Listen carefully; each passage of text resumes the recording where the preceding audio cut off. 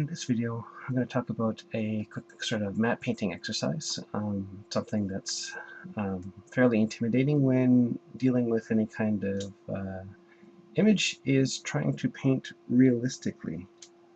Part of this intimidation factor comes from what we're looking at right now, which is a whole lot of information and detail.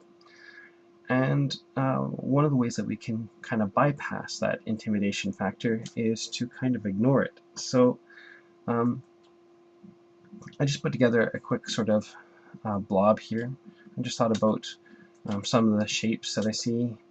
I used a sampled color, actually two sampled colors from within here, just to quickly make a general shape. Wanted to fill in the shape entirely. And what I'm going to do is I'm actually going to pull back and pull back and pull back and pull back until it's basically this little postage stamp size. And then what I'm going to do is I'm going to start sampling from the image itself, and actually I'll use a lower opacity, and I'll keep the sharp brush here. I'm just going to make it a little bit larger. And I'm just going to start tapping in some of these colors. And even though I defined a specific shape, I'm not locked to that shape. I don't have to, 100% follow that. I'm just going to kind of wiggle something in here and try and define something interesting.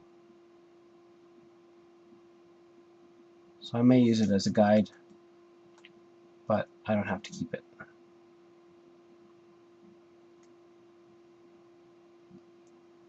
In fact, I'm not going to keep it. I'm just going to continue to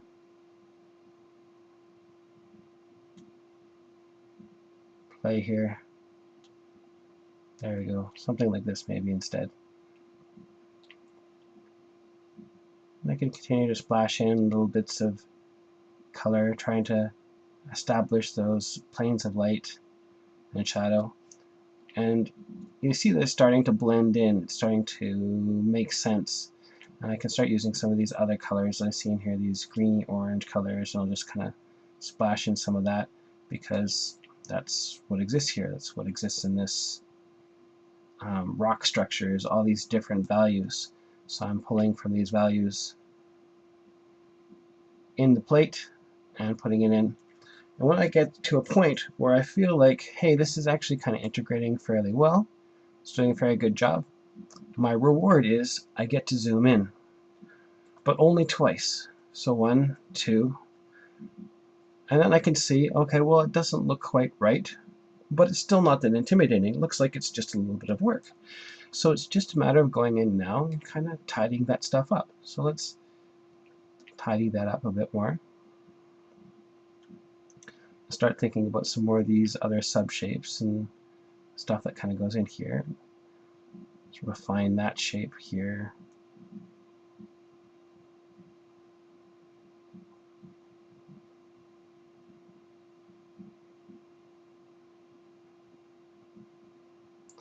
There we are.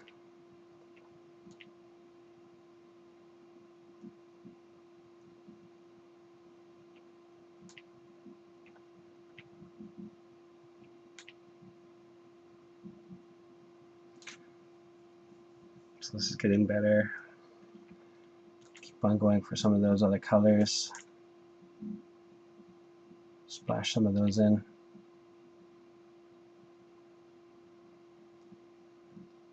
And again, eventually I'm going to get to a point where I feel like the integration is better. I'm just going to go a little bit finer with the brush. Using this lower opacity actually helps build the chaos. A lot of what goes on in these surfaces is a fair bit of chaos itself.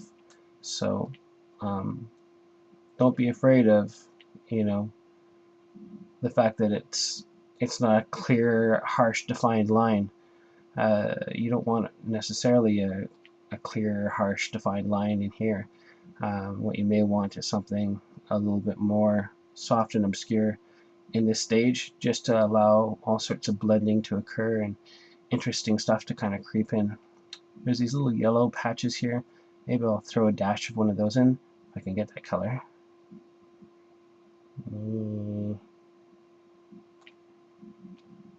close. There we go. We have to dash that in a couple of times. Put those around.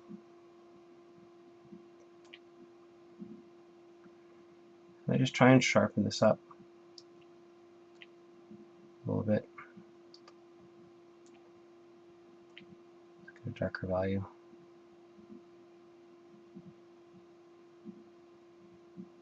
There we go. And maybe some of this green stuff here, probably going to go down in here as well. So let's sample some of that. Throw that into play. And once I've refined it to a point where it looks really good, I'll reward myself yet again. And again, I have work to do, but it's not as much. So this constant growing process basically means you get to a point where you can take your final image. Let me just go through, I've gone through a few different steps here, and get to something like this. So this was painted in the same process, kind of step by step by step. And I did use a little bit of healing brush and clone stamp to get a little bit of detail in here, but I did it a second time later on and didn't require any of it at all. So you can see a lot of the stuff is just painted in, a lot of strokes over top of it to create that there. And the little bit of clone stamp was just because I was getting lazy, and then I started painting over it again anyways. It still doesn't look quite right, so I'm probably going to end up painting over a lot of that. So really, a lot of that wasn't necessary for this close. And you can already see the process,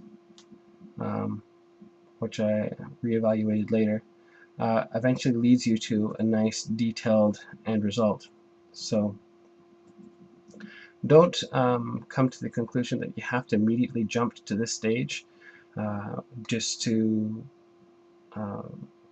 start adding all this detail, because you probably will become really overwhelmed right away, and you don't want to. You just want to be able to relax and just paint and just allow it to evolve and explore the possibilities involved in that. And then the whole idea here is, by working at something that potentially you can go to, let's see, what am I? Where am I? We're at 100 right here. So you're looking at it, kind of this level. You can make a whole bunch of mistakes, and then the end result is actually going to be something like this. And that information that looked really blocky and horrible at that other distance now looks like it's perfectly fine. So the idea is to always have whatever painting that you're going to be doing being much larger than you intend to actually view it. And this allows you the opportunity to continue to be messy all the way down inwards until eventually you go past the point that you actually want to view it. And at that point, it'll become much more detailed. So right now it's kind of blobby and blocky. And what I'm going to do here is continue that process of just from here, zooming in and zooming in and zooming in and detailing it until I finally get a result that I like, and then zooming out back to the level that I want to see it at, and it'll be finished. So I'm actually going to pause the video for a moment. I'll paint a little bit and then I'll come back. So I've been painting a few minutes here, and I've gotten to this point. So at this level, I've dealt a little bit with a sharper brush. I've brought up to full opacity, back down to 50%, just trying to blend it. The 50-40% range, wider brush usually, to start blending things together, just kind of a quick wash over some of the higher contrast bits that I've painted in at full opacity with a small tight brush. And the small tight brush is being used to just kind of enhance details, to create some sharper details down in here. And it's a lot of squiggling, just like wiggle the brush around. It's not anything super detailed or with 100% purpose. It's just looking around and looking at the kind of patterns that I see within this piece here. So,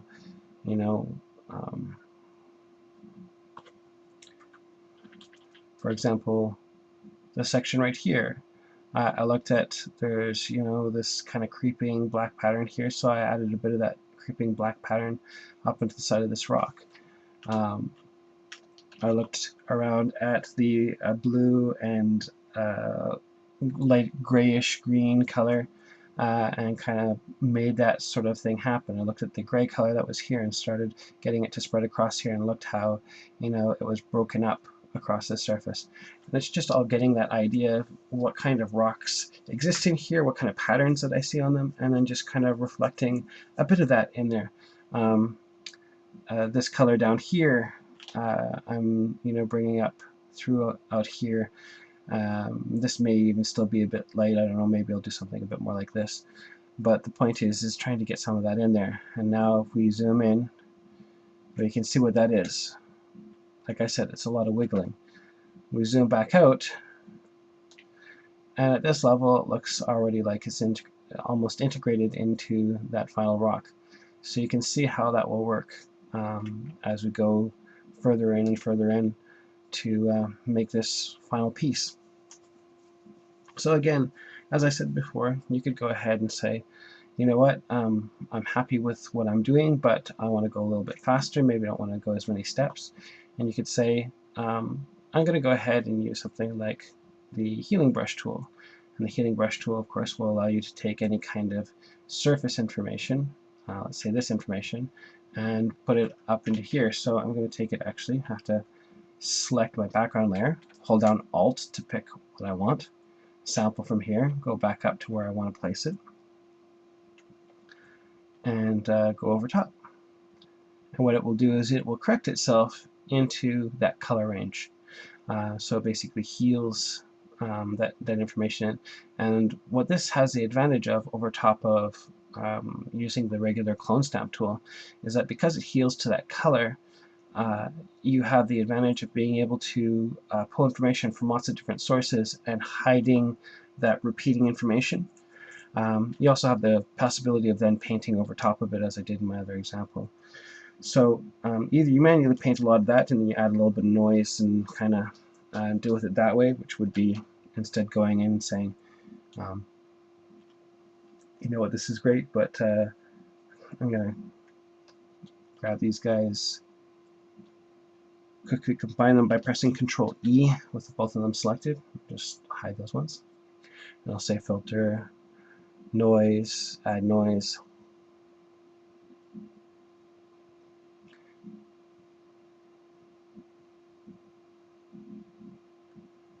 And add a bit of noise to that.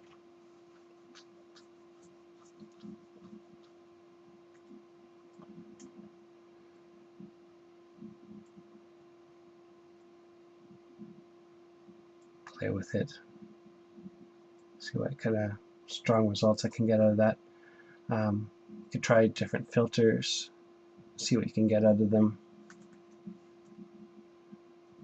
Sometimes this stuff will kind of enhance details in ways that you weren't thinking of.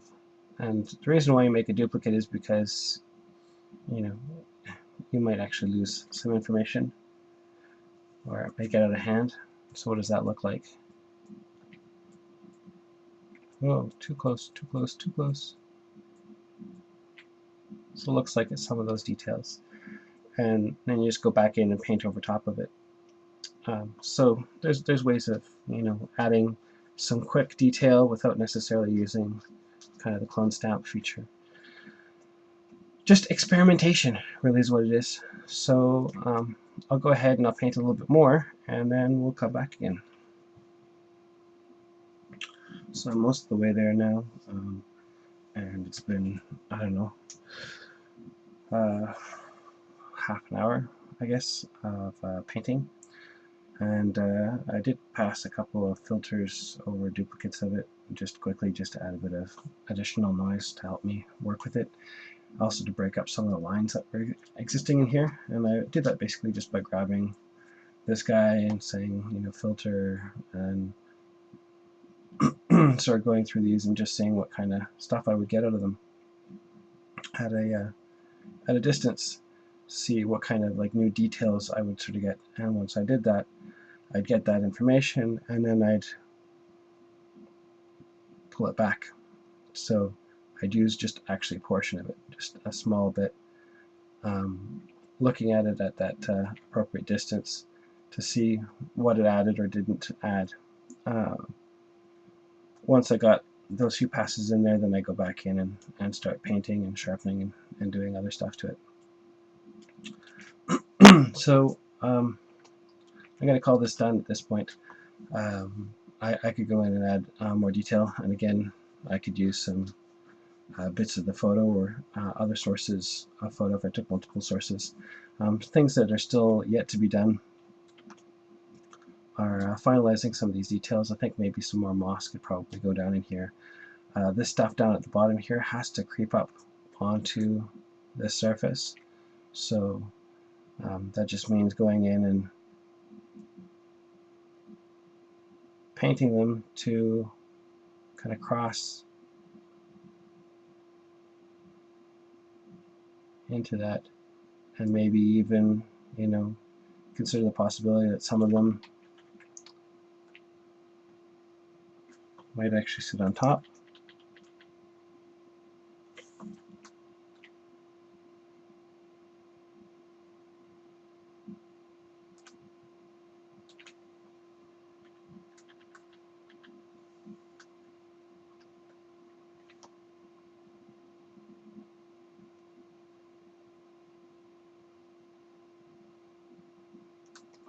Get some of that stuff on top there. And that's just kind of the process. It's just sort of a one step at a time sort of deal. And eventually you get this integrated piece. So hopefully this video was useful to you. It's something that you can try with any kind of photo. Just find a photo somewhere and try and paint a new element just through observation of what you see in the environment and kind of sampling colors from within the environment. One little trick that I'll add to this is sometimes if the image that you have is particularly noisy, what you can do in order to make this work for color picking a little bit easier is just take a duplicate of it and do a small filter, blur, Gaussian blur to that. And the end result is that it's easier to pick actual colors from this because you're not clicking on that one pixel. Now, when you click at an area, it's kind of globally one color or another. You can always take that color and you can then go up a little bit with it or adjust hue, etc., in order to get something a bit stronger or a bit darker or a bit more saturated. But it'll be very close to the color that you want it to begin with. And then you can just turn that off when you don't need it, when you're looking at details. So that's the process. The end.